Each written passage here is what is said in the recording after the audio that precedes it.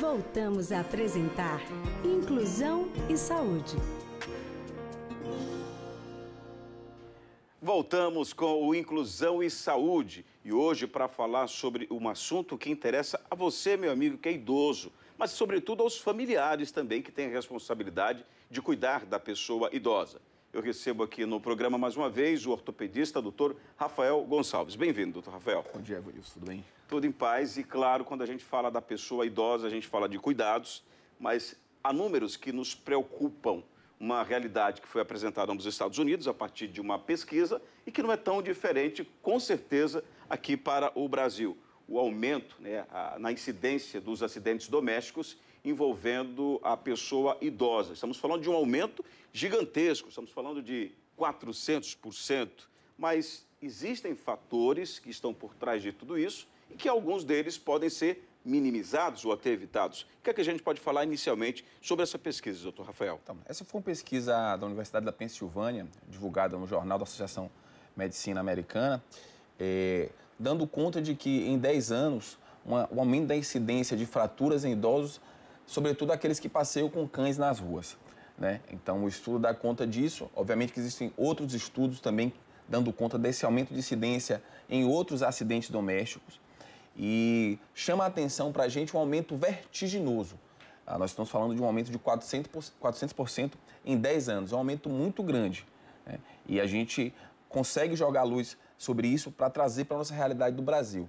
O Brasil, a pirâmide etária do Brasil está mudando com o aumento de idosos do Brasil. Então a gente precisa começar a se atentar para essa realidade aqui também no Brasil. Quando a gente fala sobre acidentes domésticos envolvendo idosos, como é que a gente definiria aqueles mais comuns? As quedas à própria altura, a gente sabe que esse é um termo, às vezes, estranho de se falar, mas as quedas em geral são os principais acidentes que acontecem com os idosos dentro de casa.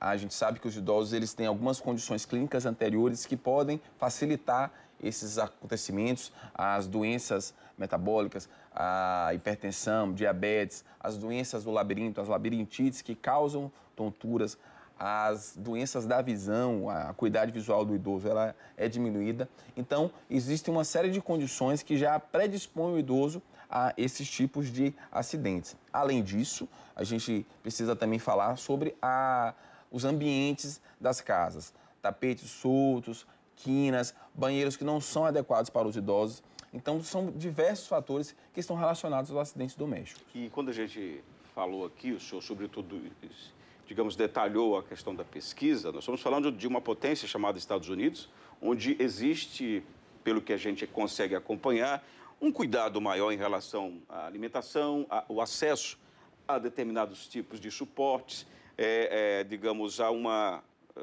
preocupação com o corpo de um modo geral, mas todo mundo envelhece. E olha que estamos falando de um espaço onde muitas dessas pessoas são preparadas para primeiros socorros, bem diferente do Brasil, né? Estamos falando da massa, as pessoas nas escolas, enfim. Estamos falando de pessoas que lá cuidam melhor dos seus ambientes, em tese, né? Claro que tem situações também extremas, mas em tese tem mais essa preocupação, digamos, com os ambientes, né? Com a casa, não ter uma quina. Isso já vem sendo trabalhado aqui no Brasil, já vi alguns cursos que são promovidos, mas são promovidos para pessoas cuidadoras de idosos. Ou seja, essa deveria ser uma preocupação natural. E por que tudo isso está por trás, dos bastidores? Porque vai incidir exatamente na questão óssea. Porque uma queda pode ser só uma queda, mas muitos registros de óbitos, infelizmente, de idosos têm a ver com a queda. Isso é importante, a sua colocação, Vinícius, porque os pacientes idosos, eles, por conta do processo de envelhecimento, o metabolismo ósseo é diferente. Então, existe uma doença chamada osteoporose, né, que é a diminuição da massa óssea do paciente.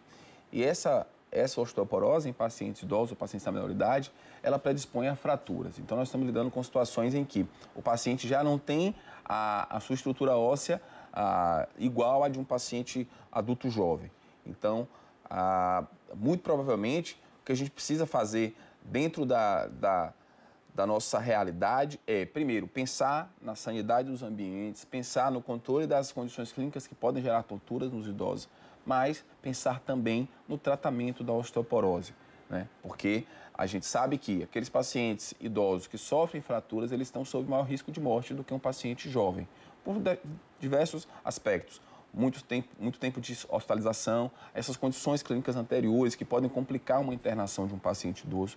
Então, esse é realmente um problema de saúde pública que a gente precisa estar atentos. Quando o senhor falou da própria fragilidade, né, do idoso por causa da idade, a questão da perda da massa óssea, isso se deve ao processo natural ou existem fatores que podem, digamos, ajudar? Muita gente promete nas propagandas, isso é natural, que o remédio A, B ou C propicia, né, ou evita, de algum modo, a osteoporose. O que admite verdade nesse sentido? Olha só, a osteoporose é um processo natural do envelhecimento. Tá? Existem medicamentos que podem ajudar, mas o mais importante para o idoso é manter-se em atividades físicas, porque a gente sabe que a atividade física, ela estimula o metabolismo ósseo, tá? A exposição adequada ao sol também estimula o metabolismo ósseo.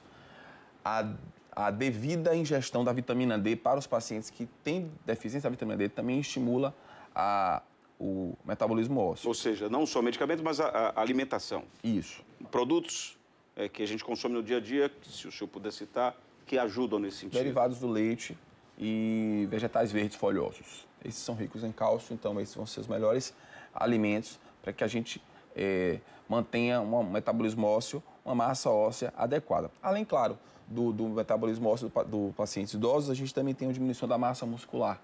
E a massa muscular é o que protege, às vezes, o adulto jovem, de uma fratura. Então, sim, o idoso vai ficando com menos, tem um osso frágil e tem uma cobertura muscular menor.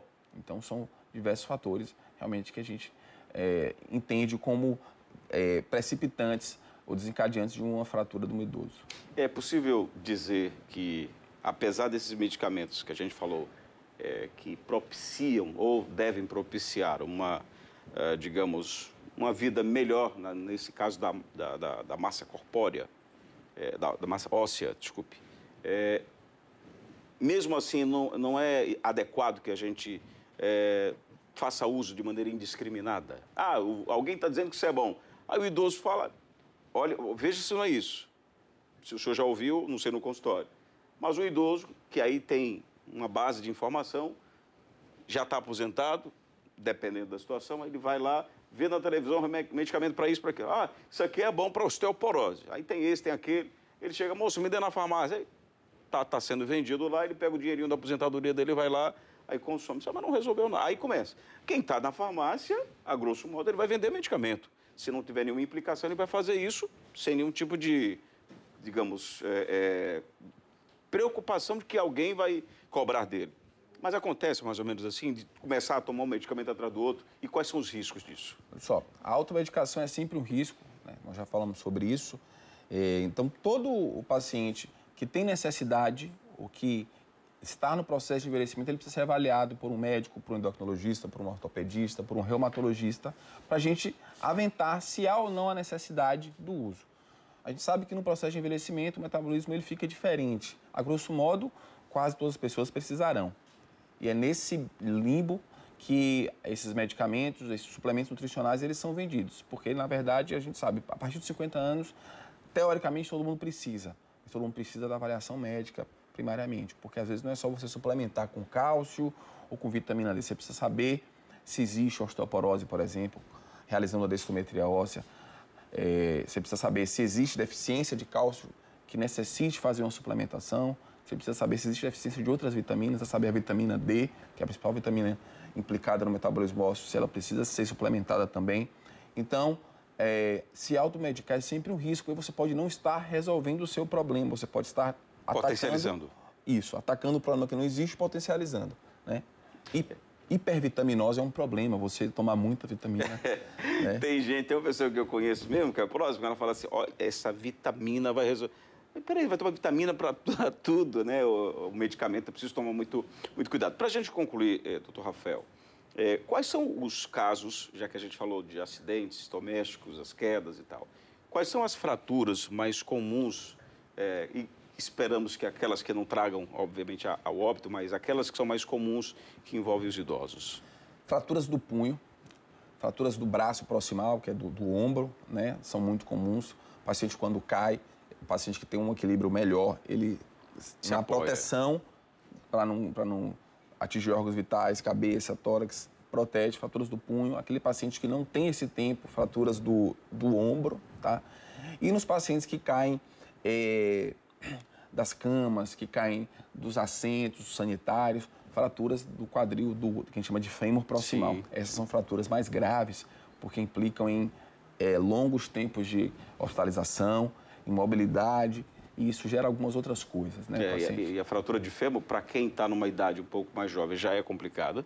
Eu conheço vários casos, não sou especialista, está aqui o especialista, mas pessoas que já fizeram essas cirurgias e você parece uma coisa, mas você não consegue recolocar, ou pelo menos os casos que eu conheço, não fica na mesma dimensão, proporção. Tem umas coisas assim estranhas, não sei se é de médico para médico ou se é a dificuldade da própria anatomia, eu não sei, né? O senhor pode até nos ajudar nesse entendimento, mas é complicado. Então, imagina para quem é idoso, né? São fraturas complexas porque a reabilitação é mais complicada. Não é? Assim, como a gente diz, a fratura acontece porque o osso ele está frágil e a fixação é mais difícil porque o osso também está frágil. Então, a gente tem problemas com a fragilidade óssea, tanto para gerar a fratura quanto para tratá-la. Para tratar, porque está bem mais fragilizado. Bom, doutor Rafael Gonçalves, ortopedista, se o senhor quiser deixar algum canal à disposição do público, de Instagram, não sei se o senhor achar também melhor não divulgar, não tem problema, mas fique à vontade para trazer para nós uma mensagem final no programa de hoje. É sempre um prazer estar aqui, é sempre um prazer informar a população. Acho que quanto mais a gente informa, mais a gente trata a nossa população da melhor maneira possível. Meu Instagram é doutor.rafa Gonçalves. A gente está sempre produzindo conteúdo, material relevante sobre os temas ortopédicos em geral. Obrigado pela oportunidade, Evanilson. Eu que agradeço. Mais uma vez, obrigado por o senhor ter vindo aqui. O nosso Inclusão e Saúde de hoje fica por aqui, agradecendo a você pela interação através das nossas redes sociais, sobretudo no nosso YouTube. Anote, www.youtube.com/APAI-Aracaju. Vai lá e tem todas as nossas edições disponíveis para você. Interaja, faça perguntas, na medida do possível a gente vai estar respondendo e passando para os nossos entrevistados. Obrigado à nossa equipe de comunicação, a todos aqui da TV APRP e a você pela sua audiência. Até a próxima edição, se Deus quiser. Você assistiu Inclusão e Saúde, uma realização APAI de Aracaju.